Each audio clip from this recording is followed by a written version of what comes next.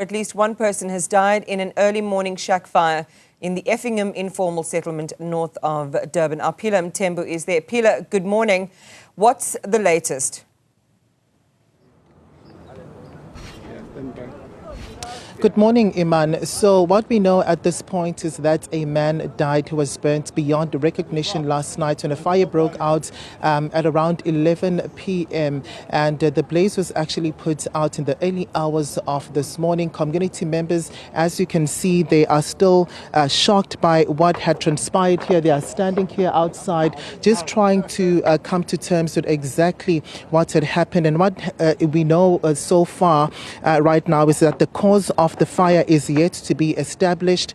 The Human Settlements Department is already here, as well as the disaster management teams. We understand that they are still now awaiting for a report from the eThekwini Municipality Mayor Cyril Xaba. But I'm going to bring into the conversation Iman Ndabezinhle, who is the spokesperson for the Human Settlements Department, just to give us a bit more information with regards to the figures of the informal settlements which have been destroyed, as well as the affected family so far. Ndabe, what is it that you know following this incident?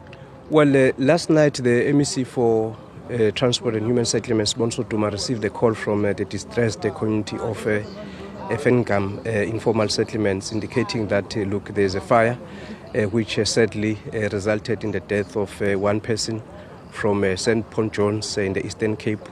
The roving team from the Department of Human Settlements, national and provincial, is already here. As you can see, they are doing the profiling of the affected communities. At this stage, what we know is that about 22 informal settlements have been destroyed, and you're talking here about more than 20 to 25 family members, individuals that are displaced.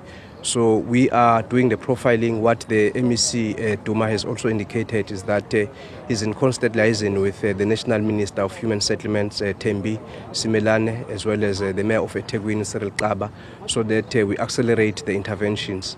But what is also disturbing, the matter that the MEC is currently seized with, is that there are human remains that are still here. Unfortunately, when they were doing the evacuation last night, also removing the body, there are remains that are still here, still visible. So he is liaising with the relevant authorities so that the forensic team can come back and remove the remains. The psychological impact on the children is quite bad. So we are obviously looking at bringing in the psychologists as well as the team from social development, to provide that counseling to the families. These are the issues that MEC Bonso Duma has prioritized. But in the main, you look at the area is not habitable. There's a ward committee, a development committee that was established sometime in January this year, comprising of leaders of all political parties. So that is what the MEC is emphasizing, that they must work together so that we turn around the situation. But also, I think the situation highlights, the risky conditions that informal settlements or shack dwellers are subjected to. This is not the first incident to happen. Yeah, you're quite correct. You recall that sometime towards the end of last year, we had fell fires, across the province in areas such as, Kenville here. The National Minister of Human Settlements intervened after having interacted with the minister with the MEC as well as the MEC Cyril Xaba, the Mayor Cyril Xaba. When you look at the South African Cities report, it talks about the rapid urbanization, people moving from deep rural areas to urban areas looking for job opportunities. So we have that, increasing number of people looking for job opportunities, and there is a scarcity of land, and resulting in people living in such areas as informal settlements where there are no services. As you can see, it's very difficult to access this area. It was difficult for the disaster management team to access this area with the firefighters.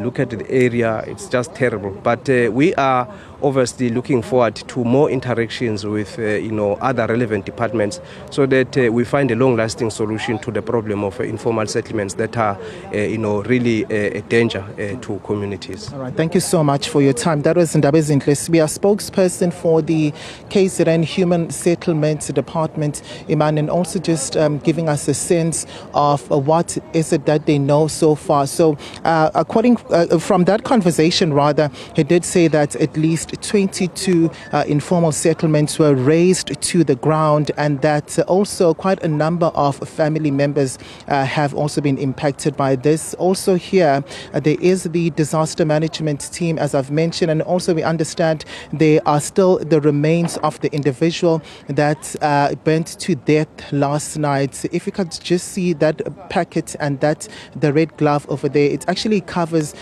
those remains, Iman. So operations with regards to having that removed, we were told that they are now going to be underway, but also reiterating their concerns there around such fires which get to tear apart or tear through informal settlements, as this is not the first incident to happen from this area. People do not know where to sleep tonight, and they don't have anything. As you can see, belongings burnt to the ground, burnt to ashes, Iman, and this is the aftermath. This is literally all that they are left with at this point. It's just heartbreaking, Phila, as you share those scenes there from that community. And as we said earlier on, this isn't the first time. There have been a series of tragedies almost every year, actually. We'll come back to Phila a little bit later on.